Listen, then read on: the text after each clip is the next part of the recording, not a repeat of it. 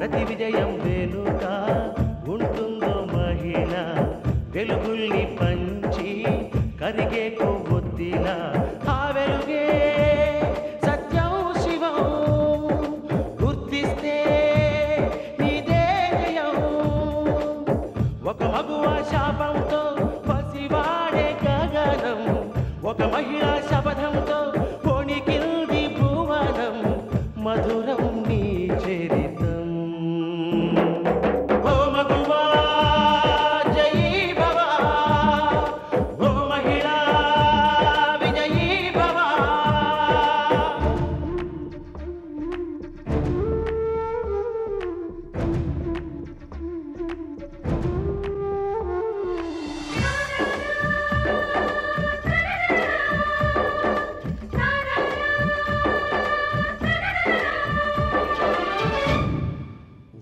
మాటతో ఒక్కనాటికి రాదు రాదు జయము చిత్తశుద్ధితో చెమట ఓడ్చితే అందదా విజయము పిడుగు రాలిన అడుగు ముందుకు వేయుటే ధైర్యము మనసు చూపిన మార్గ మొదలగా సాగని పయనము అంతులేనిది నీ సహనము సాటి లేనిది నీ త్యాగము బతుకు బాటలో మలుపు మలుపున ఎన్ని ఆటుపోటులో గెలుపే నీ ధ్యేయం సాహసమే నీ ఆయుధం సాధించే నీ ఆశయం సాహసమే నీ ఆయుధం సాధించే నీ ఆశయం పోలీస్ స్టేషన్ వెళ్ళి కంప్లైంట్ ఇచ్చేద్దాం. ఇంత రాత్రి వేళ ఎందుకమ్మా? పొద్దుటే వెళ్ళి నేనే ఇస్తాను. నువ్వు వస్తావా లేదా? వద్దు శాంతి, అర్ధరాత్రి ఆడవాళ్ళు పోలీస్ స్టేషన్ కి వెళ్ళడం అంత మంచిది కాదు. నోరు మూసుకోవే. వదినా, అత్తయ్య చెప్పింది నిజమే, మనం పొద్దుటే వెళదాం.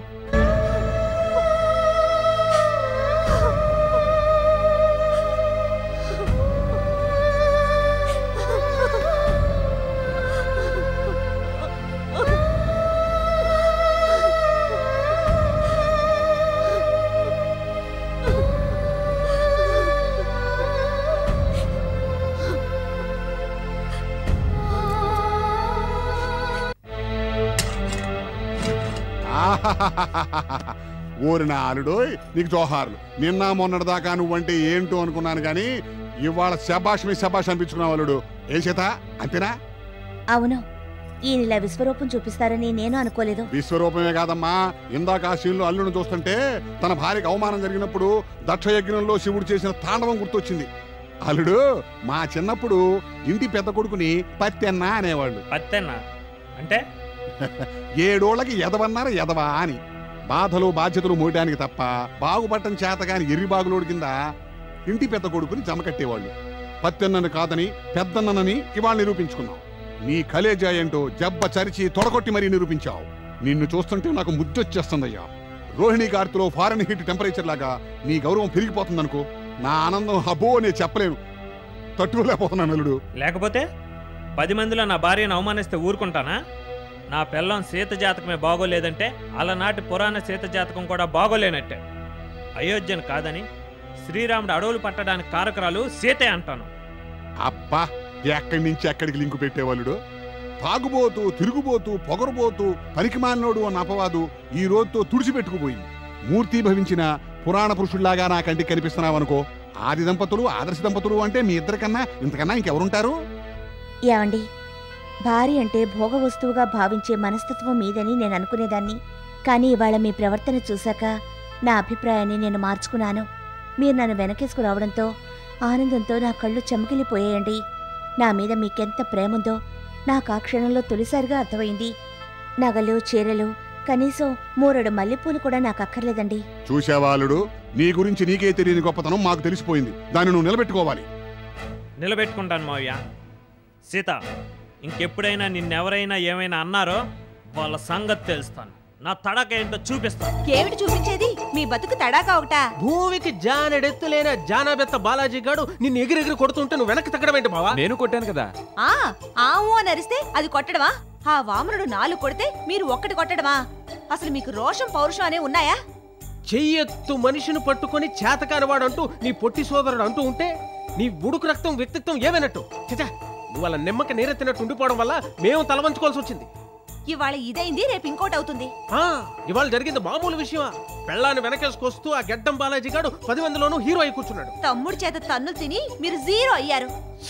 సేమ్ వాడు తన 3rd ప్లేస్ నుంచి నీ 2nd ప్లేస్ దాటుకుంటూ 1st ప్లేస్ వెళ్ళిపోయాడు.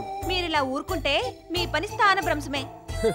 రామలక్ష్మణులటు వనవాసం చేస్తుంటే ఇటు భరతుడు రాజ్యాన్ని పాలించినట్టు, పాండవుల్ని వనవాసానికి పంపి దుర్యోధనుడు రాజ్యాన్ని ఏలినట్టు, నువ్వు ఈ దొరికిన అవకాశాన్ని సద్వినియోగపరుచుకుని లక్ష్మీ నివాసాన్ని పాలిస్తావని మేవాశిస్తే ఏమి చేతకాని వాళ్ళ చేతులు ఎత్తేసేవేంటి బావా?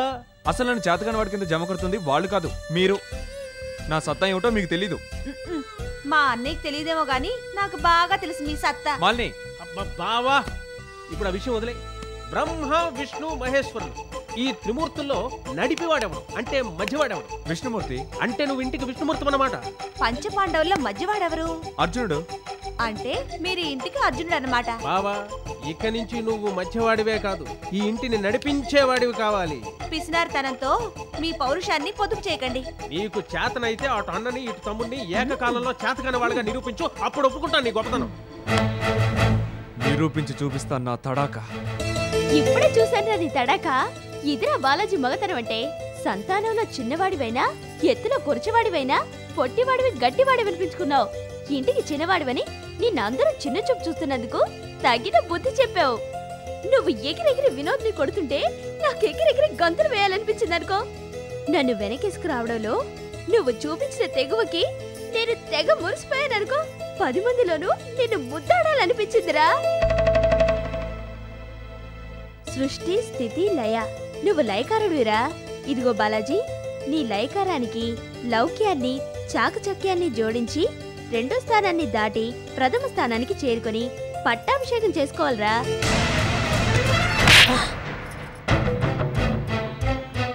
అదేంట్రా నిన్ను పొగుడుతుంటే నా చెంప పగలగొట్టావేంటి? నువ్వు చేసిన దానికి నేనేం చేశాను? ఇప్పుడు ఇంట్లో జరిగిన అన్నదమ్ముల కుమ్ములాట కారణం నువ్వు కాదు. సీతోదిన జాతకం బాగాలేదనుకో, దాన్ని పని కట్టుకుని 10 మందిలో దెప్పాలా? తన పెళ్ళాన్ని 10 మందిలో అవమానించినందుకు మా పెద్దన్నయ్య కోపం రావడం తప్పు కాదు, నీ గూబ పగలగొట్టడం తప్పు కాదు. నలుగురిలో నువ్వు చిన్నపోవడం ఇష్టం లేకే నేను నిన్ను వెనకేసుకు రావాల్సి వచ్చింది. ఈ రోజు నువ్వు నోరు జారడం వల్ల మీ 3 అన్నదమ్ములం కొట్టుకోవాల్సి వచ్చింది.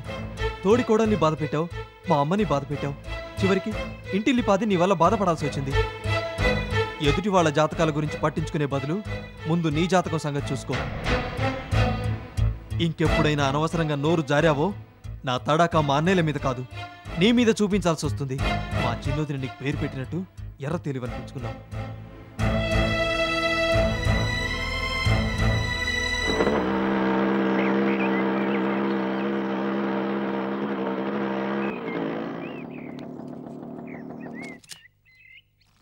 ఏం బాలాజీ, బాగున్నావా? బానే ఉన్నాను సార్. ఇలా పోలీస్ స్టేషన్కి వచ్చారేంటి? ఏం లేదు, నిన్న మార్నింగ్ వాకింగ్కి వెళ్ళిన మా నాన్నగారు ఇంతవరకు ఇంటికి రాలేదు. ఫోన్ కూడా చేయలేదు. ఏమయ్యారో ఎక్కడికి వెళ్ళారో తెలీదు. తెలియపోవడం ఏంటి? నిన్న ఉదయం 5 గంటలు నాకు కనిపించారు. మా నాన్నగారు మీకు కనిపించారా? ఎక్కడ కనిపించారు? మొన్న రాత్రి హైవేలో మా లారీ యాక్సిడెంట్ అయింది. అది చూసుకొని బుల్లెట్ మీద నేను తిరిగి వస్తుంటే ఉదయం 5 గంటలకు మీ నాన్నగారిని చూశాను. నగర శివార్లో హైవే పక్కన దుర్గావిలాస్ అని కాకా హోటల్ ఉంది. ఆ హోటల్ ముందు అంబాసిడర్ కారు ఆగి ఉంది. దాని వెనక సీట్లో మీ నాన్నగారు నిద్రపోతూ కనిపించారు. ఈవేళప్పుడు ఇక్కడున్నారేమిటి అని పలకరిద్దాం అనుకున్నాను. నిద్ర చెడగొట్టడం ఎందుకని నా పాటికి నేను వచ్చేసాను. ఆ కారులో ఇంకా ఎవరున్నారు? మీ నాన్నగారు తప్పించి ఎవ్వరూ కనిపించలేదు. పోలీస్ కంప్లైంట్ తర్వాత ఇవ్వచ్చు, కానీ ముందు అర్జెంటుగా ఆ కాకా హోటల్కి వెళ్ళి వాకప్ చేయండి. ఇదిగో సిటీ దాటిన వెంటనే ఎడమ వైపున ఉన్న కాకా హోటలే దుర్గా విలాస్. పద అక్కడికి వెళ్ళి చూద్దాం.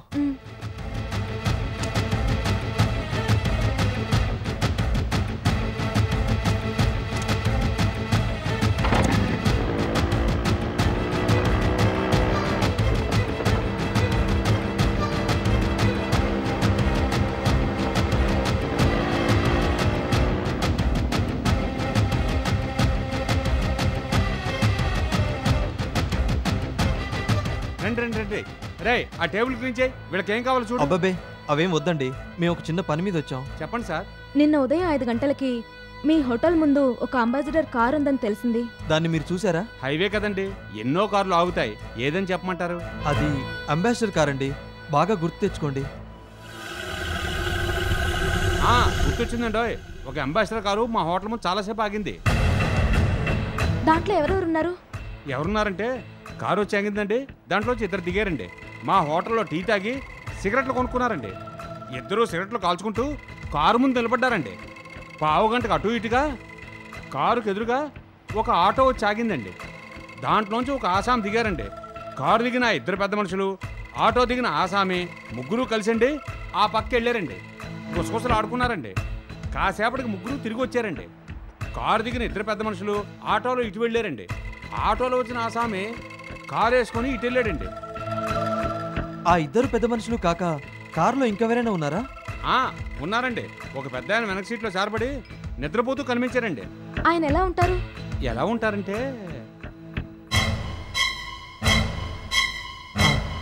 కారులో నిద్రపోతున్న వ్యక్తి ఈయననేమో చూడండి. ఈయనేనండి బాబు. కారు డ్రైవ్ చేసుకెళ్లిన వ్యక్తి ఎలా ఉంటాడు? వయసు ఎంత ఉంటుంది? సుమారు 50 ఉంటుందండి. ఎరుపా నలుపా, లావా సన్నవా, పొడుగ్గా ఉన్నాడా పొట్టిగా ఉన్నాడా? అబ్బే నా బేరం హడావిడిలో సరిగ్గా గమనించలేకపోయానండి. పోలికలు చెప్పలేను కానండి, మనిషిని చూస్తే మాత్రం గుర్తుపడతానండి. ఆ ముగ్గురు మాట్లాడుకున్న మాటలు ఏమైనా విన్నారా? వినలేదు కానండి, వాళ్ళు ఎవ్వారం గుసగుసలు ఇవన్నీ చూస్తుంటే ఏదో సినిమాలో కిడ్నాపింగ్ సీన్లో నాకు అనిపించిందండి.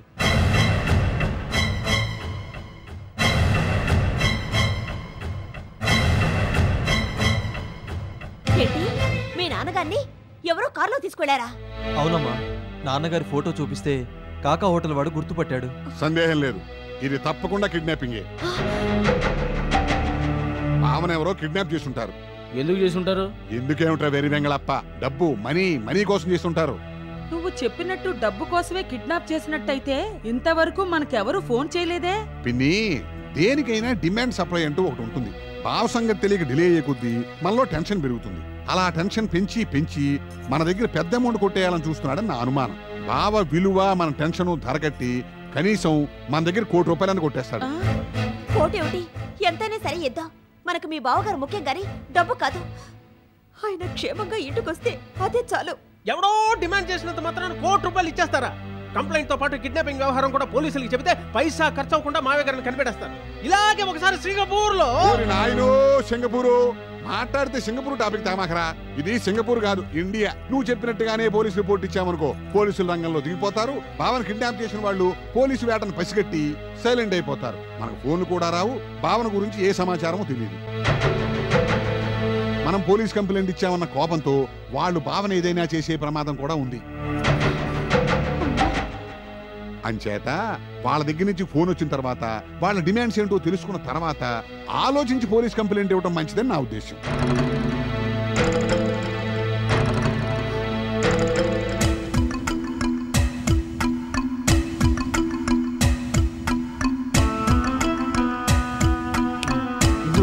నాకు ఒక ఐడియా వచ్చింది. ఏంటి?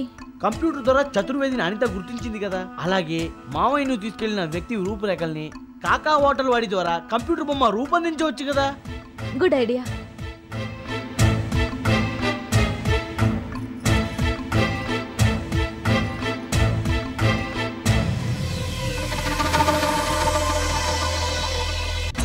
దుర్గారావు గారు, ఇప్పుడు ఈ కంప్యూటర్ స్క్రీన్ లో మీకు కొన్ని ఆకారాలు చూపిస్తాను. మా నాన్నగారిని తీసుకెళ్లిన ఆసామిని గుర్తు తెచ్చుకుంటూ ఈ కంప్యూటర్ లో చూపించిన ఆకారాలతో పోల్చి చూసి చెప్పాలి. అలాగేనండి. చెల్లమ్మా, నువ్వు మొదలు పెట్టు. ఓకే.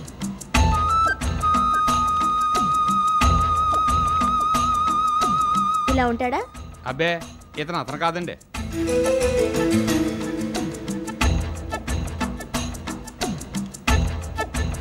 పోనీ ఇలా ఉంటాడా? అబ్బే, ఈ ఆకారానికి ఆ సామి ఆకారానికి పోలిక లేదండి.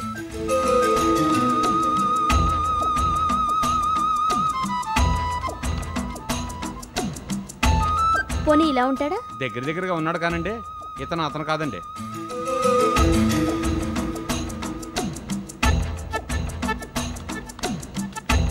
ఈ బొమ్మ చూడండి. చూడడానికి ఏముందండి, ఈ ఆకారానికి ఆ ఆకారం నప్పదండి.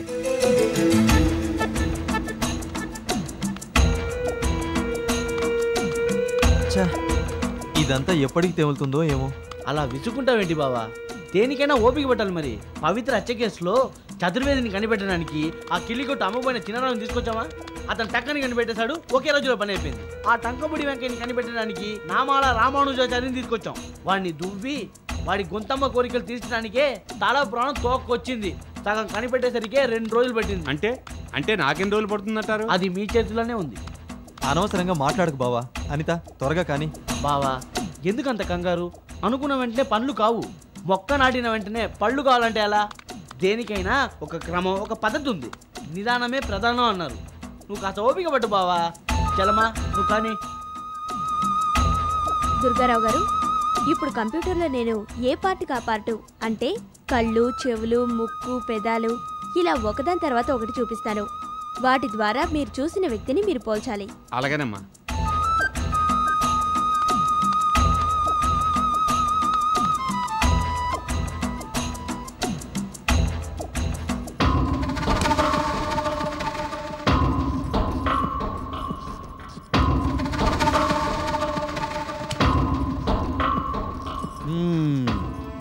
చక్రం తిప్పవలసిన టైంలో కూడా ఇలా గుండ్రాలు తిప్పుతూ కూర్చుంటే లాభం ఏమిటమ్మా? చూడు, చిన్న విషయానికి పెద్ద విషయానికి ఇలా ప్రతిదానికి ఆలోచిస్తూ కూర్చున్నావంటే తర్వాత పిచ్చి పడుతుంది. జాగ్రత్త. నువ్వు కనిపిస్తే చాలు నాకు పిచ్చి పట్టేట్టే ఉంది. ఊరు మంగళ మీద పడ్డట్టు నా మీద పడ్డావేమిటమ్మా? నేను కనిపిస్తే నీకు పిచ్చి పట్టినట్టుంటుందా? ఉన్నట్టుండి ఎంత మాట అన్నావమ్మా? లేకపోతే నువ్వు చేస్తున్నదేమిటి? నేనేం చేశాను? మాట తప్పావు. ఏ విషయంలో? ధర్మారావు కిడ్నాప్ విషయంలో. వాడి విషయం నీకేమీ తెలియదని ఒట్టు వేసావుగా? వేశాను. ఒట్టు వేసి కూడా నాకు తెలియకుండా కొత్త కథ మొదలు పెట్టావా? ఆగవమ్మా, ఆగు. నేను నిన్ను అడగాల్సిన ప్రశ్న నువ్వు నన్ను అడుగుతున్నావా? నాకు తెలియకుండా కొత్త కథ ఏదో నువ్వు మొదలెట్టావని చెప్పి నేను అనుకుంటున్నాను. చూడమ్మా, మన ఇద్దరి దారి ఒకటే, ఇద్దరి గోలు ఒకటే. అలా అని నాకు తెలియకుండా నువ్వు, నీకు తెలియకుండా నేను చెరో దారి పడితే చివరికి ఇద్దరం దొరికిపోవడం ఖాయం.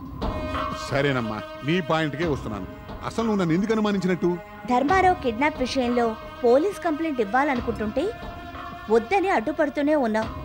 కిడ్నాప్ వ్యవహారంలో నీ హస్తం ఉంది. నిజం చెప్పు. నీ హస్తం ఉందని నేను అనుకుంటున్నాను. నేను అడిగిన దానికి సరిగా సమాధానం చెప్పకుండా నన్ను అనుమానిస్తావేంటి?